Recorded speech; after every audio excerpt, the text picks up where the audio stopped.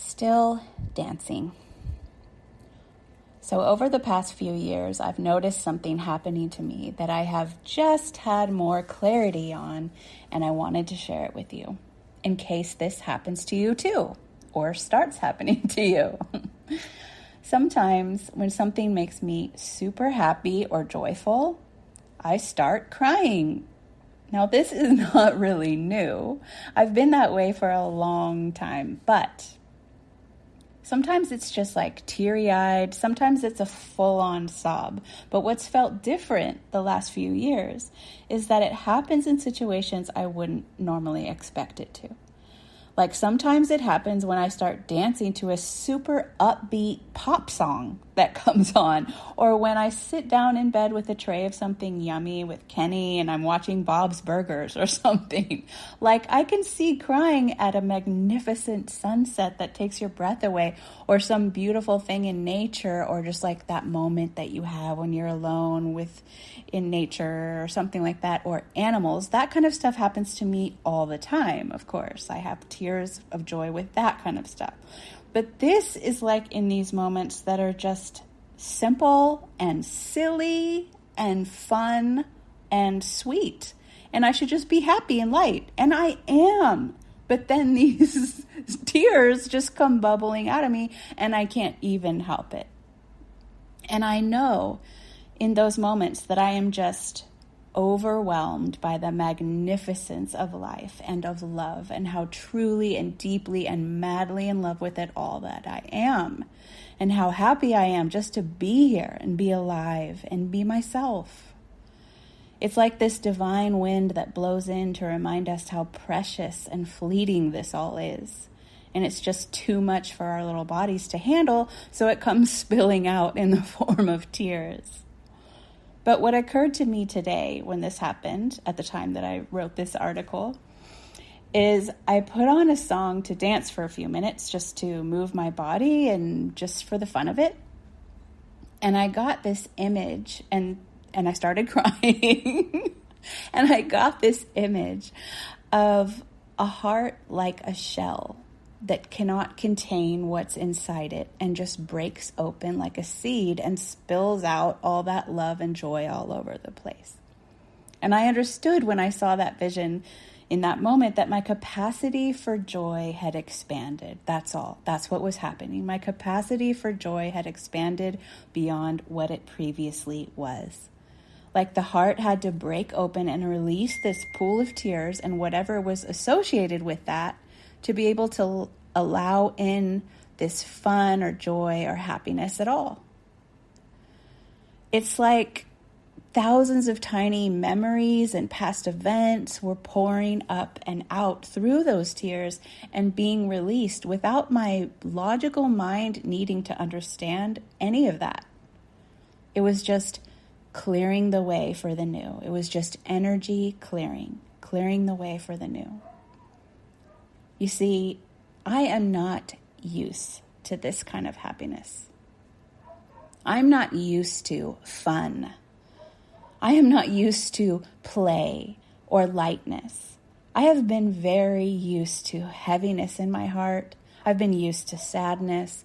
I've been used to disappointment. I've been used to fear. I've been used to stress. I've been used to worry. I've been used to dissatisfaction and frustration. But I am not used to dancing. Even when I did dance before, it was different. And I'm not used to this level of joy and, dare I say, fun. I never even used to use words like fun. It was like I would have like an allergic reaction to that word. And my body doesn't even know what to do with it. Or rather, it does know what to do with it. It knows exactly what to do with it. It knows that what to do with it is to let it break open that old shell of the previous size of my heart and expand it like that scene and that image in the old Grinch movie by Dr. Seuss, where his heart grows by 10 sizes and breaks the frame. My being is expanding into uncharted territories. Territories that are not plagued with constant sadness and heaviness and cynicism and fear. Territories that are not full of swamps of sticky, sweet sadness. Territories that feel like genuine happiness and fulfillment. And there is part of me that is so unfamiliar with that it's scary. Scary to feel it because I might lose it. Thrilling and exhilarating and also terrifying to feel that at all. And so it pushes up and it breaks open the previous barriers of allowed joy, and it radiates out through my being, which expresses as tears in that moment that previously seemed just like a funny, light moment. My husband, Kenny, is so used to this by now. He just will look over at me like during dinner and see me with tears pouring down my face, and he won't even bat an eyelash at that.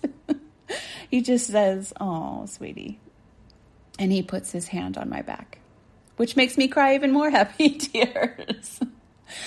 Oh, I know this is a lot of mush for some of you probably, and frankly, it's a lot of mush for me, for my old self anyway, for the self that is transforming now, transforming into this more joyful, delighted, fulfilled, and happy being. Today, when this happened, there was this other presence there, and it said to me, "Okay, sweetheart, it's safe for you to feel this much goodness. Don't be afraid to let it in and let it pass through. Don't try to hold it. Don't try to hold on to it. Just let it flow through." This joy has nothing to do with my business or my life goals or my dreams or money or any of that. This joy had to do with dancing, and with a little girl in me who maybe thought she'd never dance like that again. But she did, and she is. And if you want that much joy, so will you. Dancing like nobody's watching. Because literally nobody's watching. But dancing my own metaphorical dance in this world too, like nobody's watching. With my work, with my creations, with my writings, with my podcast, with my sharings with you. And for that, people are watching. And here I am, still dancing. Thank you for joining me today. And if you'd like to get these messages to your inbox every Sunday morning like clockwork, you can do so at sunnychapman.com/more. And if you would like to work with me, you can find out all of the ways to do that at sunnychapman.com/work-with-me.